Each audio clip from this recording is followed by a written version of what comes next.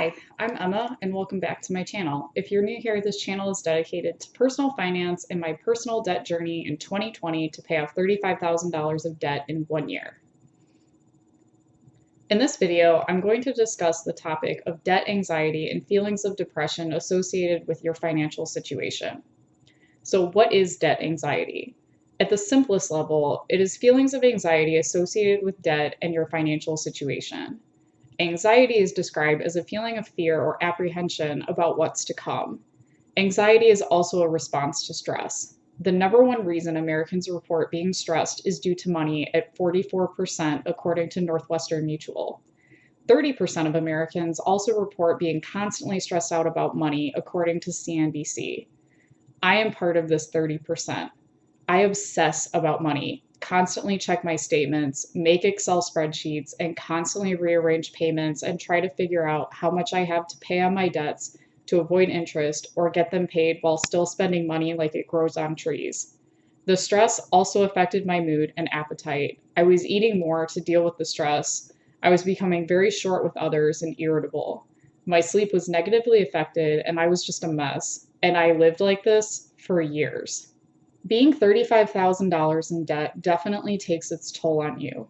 It's one of those things that sits in the back of your mind all the time and kind of just drags you down even when you try not to think about it.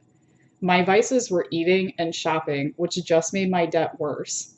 I tried to drown out my debt by eating good food and treating myself to new things when I was sad.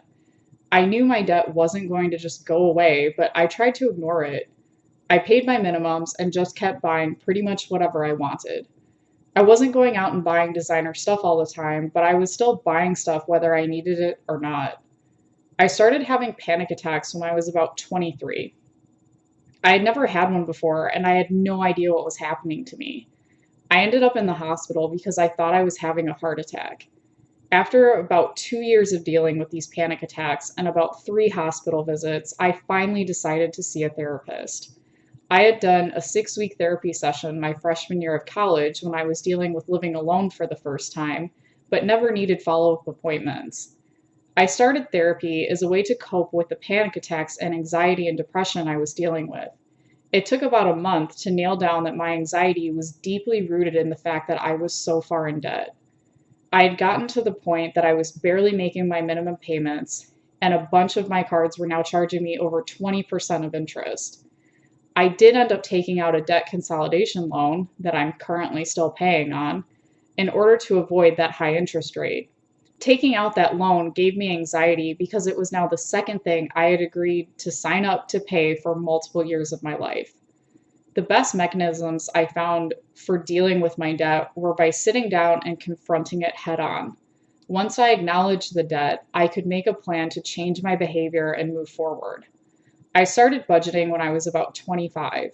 Budgeting helped me take a look at all my outstanding debts, the interest rates, and how much I was spending every month. Once I did this, I could make a plan to move forward. I did nail down my spending triggers were highly emotional. I would spend money when I was happy, bored, sad. It almost didn't matter what the emotion was, it would cause me to spend money.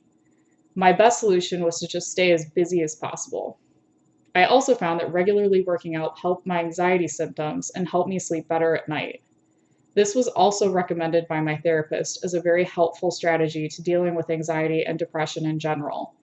I've spent the last 5 years perfecting my budget and very, very slowly paying down my debt. The last year, I pretty much broke even for spending versus what I brought in, so I will take that as a win. It takes a very long time to change your behavior, and you have to be kind to yourself anytime you're dealing with change. I was pretty upset and depressed when I could no longer fall back on old habits of shopping and going out to eat, but I found better alternatives. I started playing more video games that I already owned or could get for free. I also started working out regularly, which takes a bit of time if you really want to dedicate a full hour of your day to exercise. Once I got used to my changed lifestyle, I was less sad and finally accepted I had to change.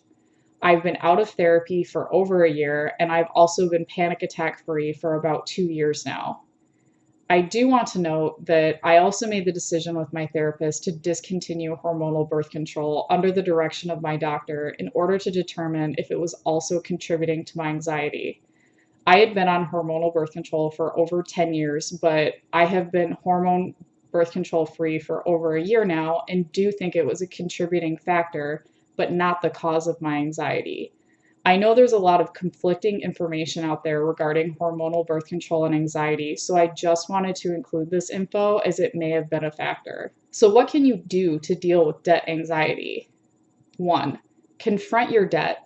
Sit down and total all of your debts, interest rates, and minimum payments. You may find your debt is not as bad as you originally thought, or could potentially be worse than you thought. It still helps to be fully informed of your debts so you know where you are starting from. 2. Make a budget. I probably sound like a broken record, but your money problems won't just magically go away by ignoring them. You need to make a budget and debt payoff plan to start paying down and eliminating your debt.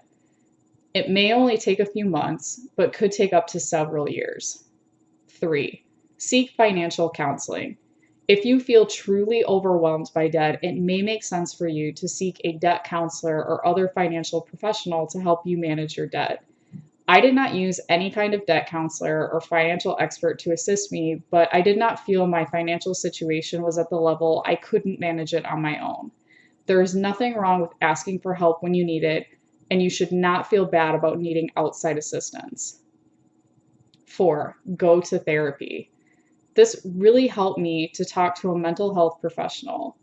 I went once a week for about 6 months and then started going less frequently until I felt like my anxiety was under control. I also received an anti-anxiety medication from my doctor to take on an as-needed basis for panic attacks. I'm happy to say that I've only had to take this medication once a few years ago and have been both panic attack and medication free for 2 years. By getting my anxiety under control, I prevented building up even more medical expenses from ER visits due to my panic attacks. 5. Exercise daily. This is a great tip for general anxiety and depression. You don't have to go to a gym or do a full workout, but just taking a 30-minute walk a day can help relieve some of your debt and anxiety symptoms. I find that when I spend an hour a day working out, I feel significantly better than days where I don't exercise at all. 6. Meditate.